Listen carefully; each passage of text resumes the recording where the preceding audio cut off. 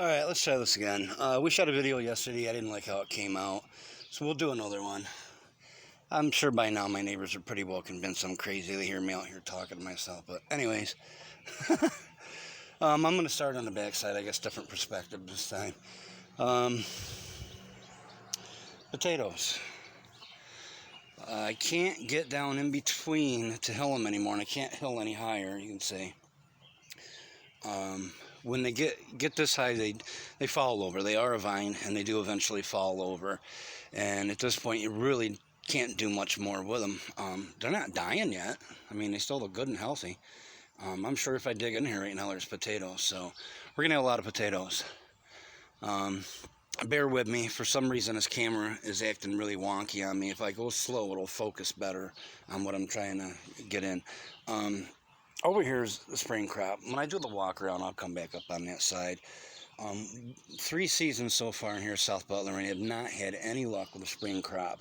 Cabbage we've had luck with, but the broccoli, the cauliflower, all that we have not had luck with. So I don't know if it's a regional thing or if it's the seed that I bought. I don't know what it is, but I never had issue in the 20 plus years I've been gardening, doing broccoli and cauliflower and cabbage and all that stuff. Generally, those are crops that I recommend to people because they're so easy to grow.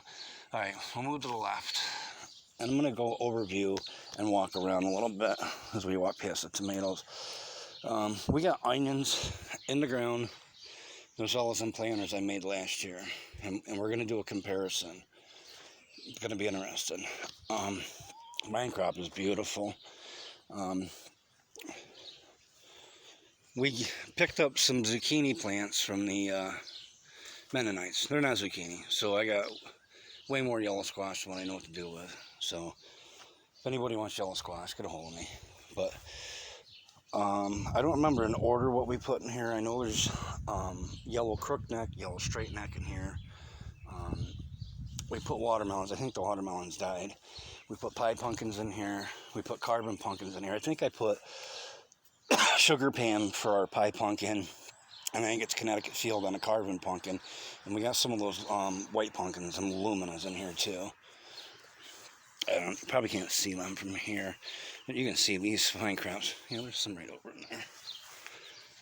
When I get on the other side, you can see. There's one. Them birdhouse gourds have gone just nuts. I don't have much more room here coming up to the garage. I got to clean all this up anyways, but I'm going to get all this out of the way and let this go this way because this has gone crazy.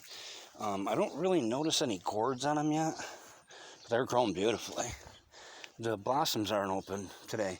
They get a really nice, really big white blossom on them. And I keep trying to train them out of the peppers, which has been a bit of a challenge because they're so out of control. But the peppers, now we only just got back in here really the last weekend because we spent over a week and a half doing a roof on a house, which was just hugely physically demanding for me, and then we did some repairs on a leach field here, which subsequently and unfortunately I won't be doing a garden here anymore. It was more important to me to have a properly running septic than to have a garden here anymore. So it's a little bittersweet, but it is what it is. Okay, peppers. Holy peppers. Now, because of the way I plant these, there's a pattern. Anybody knows, I've explained it to them before. I mean, there's what, one weed here. I mean, come on now. There's no weeds in here. These are all touching leaves. Everything is absolutely beautiful. Again, I'm going to move slow because this camera, for some reason, does not focus. Now, the tallest plant here is labeled as a Moruga. So unless I got my labels messed up, and I'm going to grab one because I don't know what I'm doing with these peppers anyways. That's not a Moruga. But it's tall like a Moruga. Moruga plants get up to 4 feet tall. This is clearly up to 4 feet tall. This is up to my upper rib cage. What I think happened was it crossed with our Portugal Hots. All right, here's the Portugal Hot. Okay, the Portugal Hots grow very similar like a Slim Cayenne. I'll put this one next to it. They're not the same. Huge difference in size. This one's wrinklier. And why I do believe it is a cross is because if you break this open, it is hot. It is very, very hot. It's hotter than these Portugal Hots. And it tastes very, very good. Going down here, look at this. These Portugal Hots, they are prolific. I mean, this is one plant. I bet there's a dozen peppers on it. I mean, we go over to the next plant. There's got to be a dozen peppers on it. So the Portugal Hots are very, very, very productive. But, and we do have a Moruga, so that's definitely a Moruga. Definitely. Mean, nasty, rotten little fuckers. And here's what's crazy about Super Hots. They produce an abundance of pods. I mean, that one pod there would be more than enough for a whole pot of chili. And I mean by a whole pot, I mean a big pot of chili. And even then, it might be too hot for most people's liking. I tried putting all the hots up front, but it doesn't seem like it worked out that way. We got green pepper in here. These are growing from my brother. He picked up the seed. It's an heirloom variety called Sugar Rush Peach Hot Pepper. It's not a super hot. It's hot. They're not quite ripe yet. We taste them. They're not bad, but they don't seem ripe yet. In the pictures, they look more of an orangish color. And they're producing loads. You can see that. And we got like 3 plants in here. I don't know what I'm doing with them. I hope he enjoys them because there is a ton of them. Literally. So that's good. Somewhere's in here we've got one labeled as a Peach Ghost Scorpion. There it is. That looks ghost.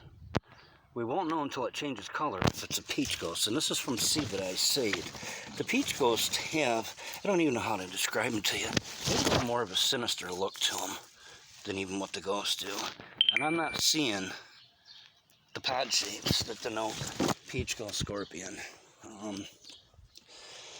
And then from here down, you can kind of tell. These are all sweet peppers. They're shorter and they're greener. I mean, shorter. I mean, they're probably a good 3 feet tall. And we're getting good production of peppers in here this year. And I think that is the key here in South Butler. You've got to start very early if you're going to get peppers.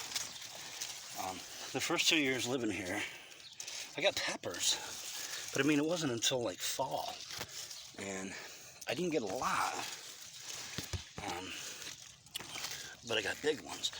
I mean, we got green ones in here. We got red ones in here. We got some beautiful purple beauties in here. We got yellows in here. Where are our yellows? Right. I like the different colored ones when I do fajitas. Just the eye appeal to it. I'm going to go down, and I'll go down in the middle of the tomatoes, because I'm going to tell you what, tomatoes, tomatoes, tomatoes. We always do good on tomatoes, and we're doing really, really good this year. Oh, we knocked one off. That's fine, that'll give us a perspective. These are those big mamas. See, I got loads. Loads. These are a good sauce tomato. I like using them for canned whole tomatoes. You can see why. That's a better part of the palm of my hand. These do make a very good sauce too. They're very tasty tomato fresh too. I don't see any on here. We've got, for cherry tomatoes, we've got black cherries and these yellow pears. Oh, they're just starting to push out some tomatoes. Very small. Oh, whoops. Very nice. Well, starting to produce. Then we got 2 of the Russian purples, which I don't see anything coming on with them yet. I mean, loads of tomatoes. There's some big mamas. What's that? 2, 4, 6, 7. Just on one cluster. And then a cluster below it. Cluster above it. That's one plant. That's beautiful. And of course, always our Romas, which I prefer these for sauce. They're great for canning all the way around, but I really like them, obviously. That's what they are, as a sauce tomato. More aromas. I got a suggestion from Joe Green's dad, Dave, on a sauce tomato that was more blossom and rot resistant, called Rio Grande. It was an indeterminate. I didn't label anything. Oh, here we go. I was just going to say, we haven't had anything turn ripe on us yet. I mean, with all these loads and loads of tomatoes. But we do have 2 down here. Now, those don't look quite big enough to be Big Mamas, and they look a little too big to be Romas. So I'm wondering if those are them Rio Grandes. I don't know, but fantastic. We finally got some starting to ripen on us. Fantastic. Again, I'm going back and forth between 2 rows. I mean, loads of tomatoes. Now, people will ask me, what do we do with all these tomatoes? Well, 2/3 of what I have in here is sauce or canning tomatoes. We can them. We make sauce, we make chili sauce, salsa. We use them, we eat them up. Now here is a potato type leaf on a tomato plant. Now that generally denotes an heirloom variety. And the only heirloom variety of that type of leaf that I planted was brandywines. Brandywines are absolutely, and they're coming on, beautiful. They get very big, and they're absolutely one of the tastiest tomatoes I've ever had in my life. What we got up here? Oh, we got some beefsteaks. Beefsteaks are coming on. Beautiful. I'm not sure what these ones are. I'm pulling a blank on what those are. Those might be beefsteaks. I got, again, just loads. And you know what? I think we ate our last can of sauce, or we're on our last can of spaghetti sauce. So that's perfect timing, anyways. So we can keep up with them. I've got the processing equipment to do it. So we enjoy it. We like it. It's great. Corn jumped up. It's height-wise, it's where it should be.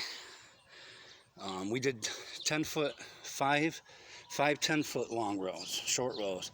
You got to plant corn in a block or it won't pollinate properly because it's wind pollinated. And I think we're done pollinating here. Now generally, when your silks appear, it'll be 3 weeks after that your corn will be ripe. Now because this one had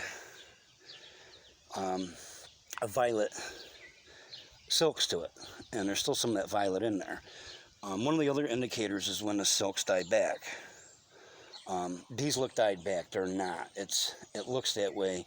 It is dying, but it's because of the silks were lavender on here. We've got good length on the ears, so that's all we're waiting for. Once they're filled in, and then silks are all the way dead, we got sweet corn. Now 5 rows, 10 foot long. That's 50 feet. We're averaging 2 per stalk, so it's going to be 50 to 100 ears of corn, more than enough for us. This is a triple sweet variety called Serendipity. Absolutely delicious. I paid a little more money for the seed, but I figured I was only doing a few short rows, so I figured it was worth it anyways. Sunflowers. We always have volunteers come up. We try to work around them. And when they come back on their own, they're always more vibrant and robust. I mean, look at the size of that leaf compared to my hand. It's mammoth. It's mammoth. I don't have the heart to take them out, so we try to work around them with the rototiller. We do okay. And we got one popped up over here. It's a little shorter. Looks more like a daisy. It's not a daisy. It's just a sunflower. It's not getting enough sun.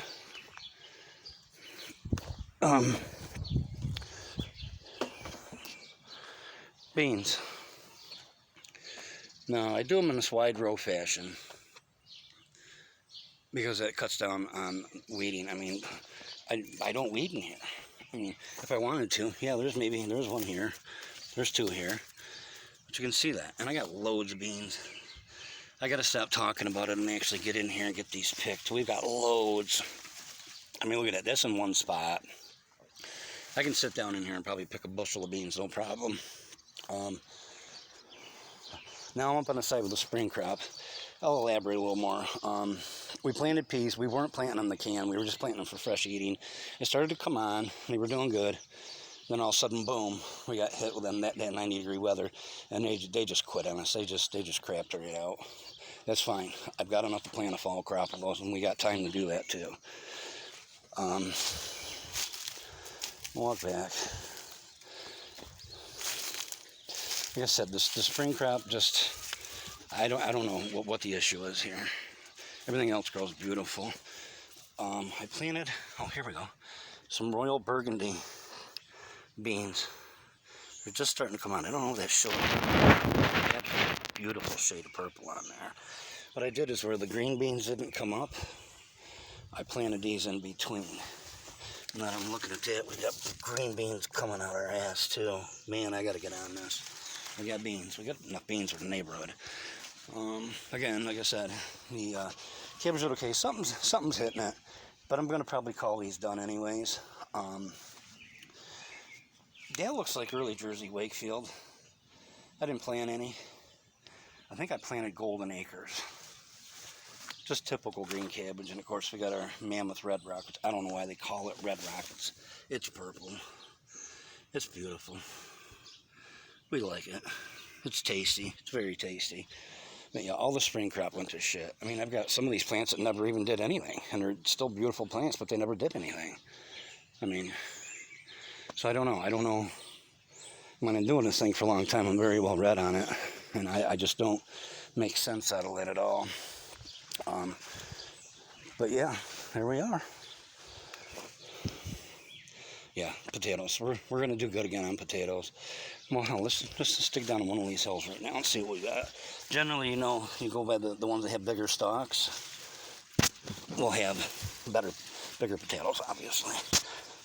And I do dig down in here sometimes just to rob a few out, and we'll get enough maybe to do some salt potatoes. Oh, right there we go. Beautiful. That's bigger than a salt potato. So yeah, we can rob out. And I always do that. I always plant at least one extra row so we can dig on it and eat on it through the summer. Is what they call new potatoes or Irish potatoes. They're just fresh dug potatoes is all it is. But there we are. Even when I don't do good, I still do good. But unfortunately, this may be the last. And my two girls over there and my two horses, which make all this possible for me. But it says I got to go 10 feet from the leach field. I'm 10 feet over from where we put new leach lines, and it isn't going to afford me a lot of room. And I'm not too keen on gardening near a leach bed anyway. So I don't know what we're doing for next year. I really don't. It's going to be a little bittersweet if I don't get to garden it where I live anymore. And all I can do is what I'm hired out to do. But there we are. I mean, it's, like I said, a lot of catching up to do, and still looks good. All right, everyone. Love, peace, and chicken grease.